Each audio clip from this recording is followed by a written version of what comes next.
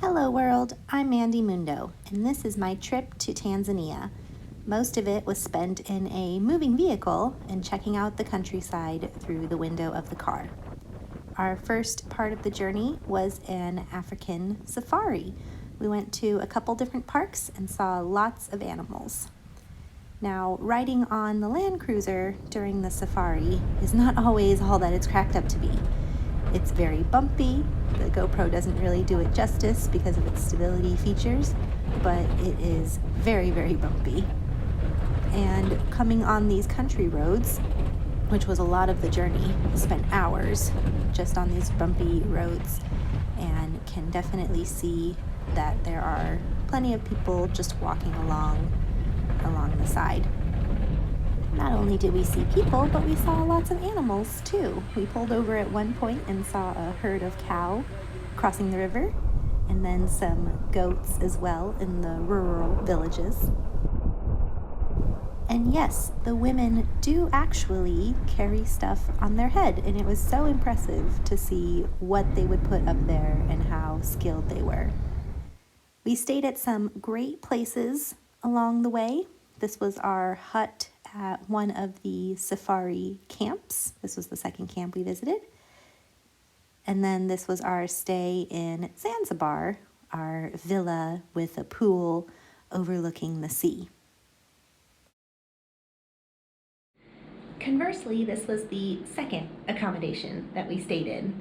So it's a small little room with a bed and then the toilet in the ground / shower combo. And here was the hot water heater button that did not work, and then the shower pressure and the sink pressure was non-existent. So let's just say Jeremy wasn't very happy when we got here, but I'm all about, well, it's just part of the adventure, so I really don't care.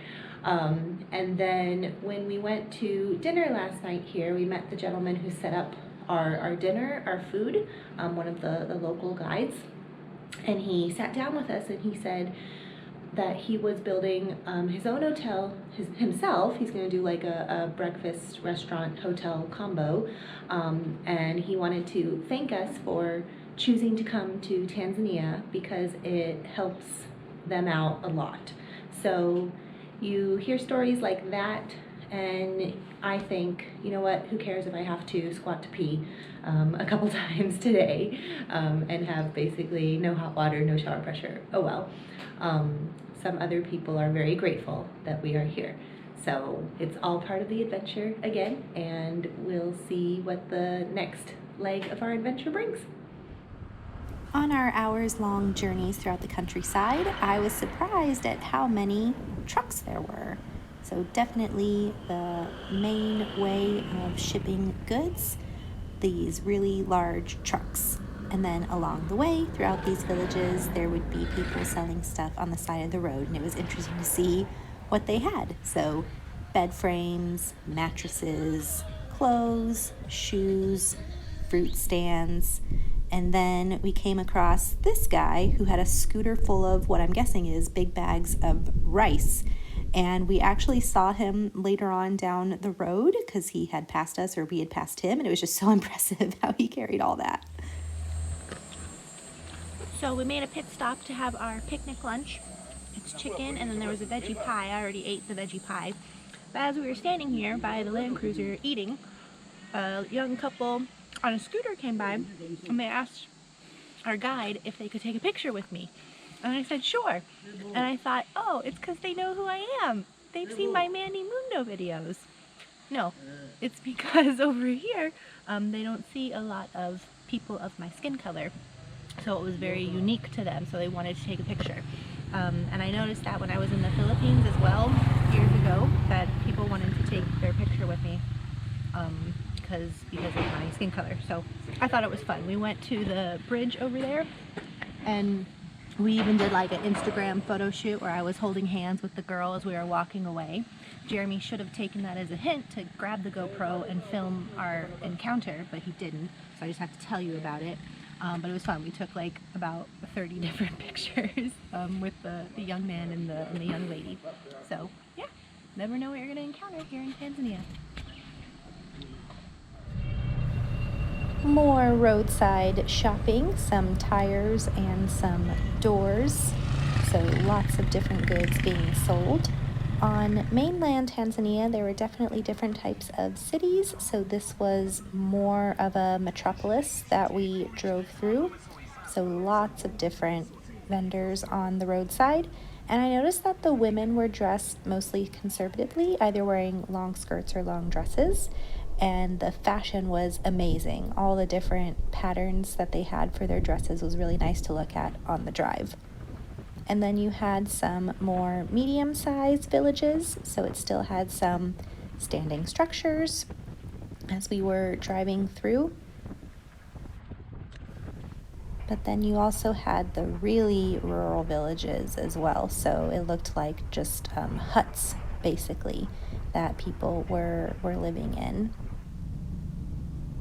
And then when we got to Zanzibar, the infrastructure was a little bit more sound, so definitely more buildings made out of stone, concrete. They even had some really fancy looking properties. I'm not sure if they belonged to people in politics or just in other career fields. The women here dressed even more conservatively with head coverings. But you can see that they still made it as fashionable as they could. I mean, really fashionable. Look at that group. And lots of roadside stands selling lots of fruit, different food items. And we came across a lot of schools on the drives as well. So the children in their school uniforms, that's the blue and the white that they're wearing. And our guide on the mainland actually told us that because of COVID and schools being closed, that they had to go back to school now, but for extra days. So even on the weekends and stuff, they were going to school to make up for the lost time that they couldn't go to school during COVID. So you would see kids walking lots and lots of miles, distances, just to get to and from school. We've seen this a lot on the mainland and on Zanzibar, these half-done houses.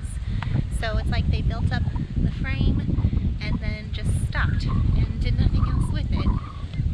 This one is rather old because it's so overgrown, it looks like. But I asked our guide about it today, and he said that yes, people had money and started building their own house, and then they ran out of money, and they'll come back when they get more money. But from the looks of this place, it doesn't look like this person ever found any more money.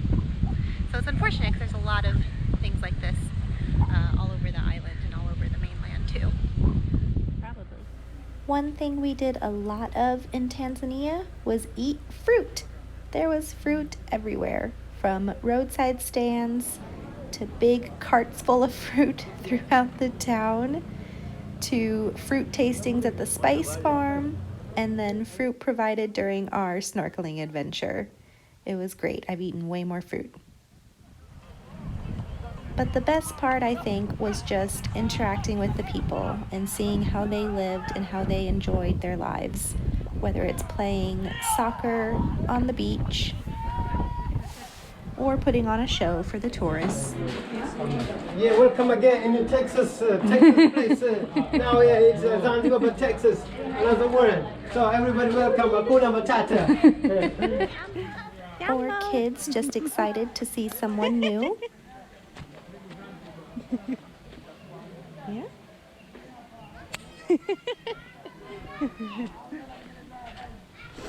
Or interacting with our guides. No, just wing it. Yeah. You give good information.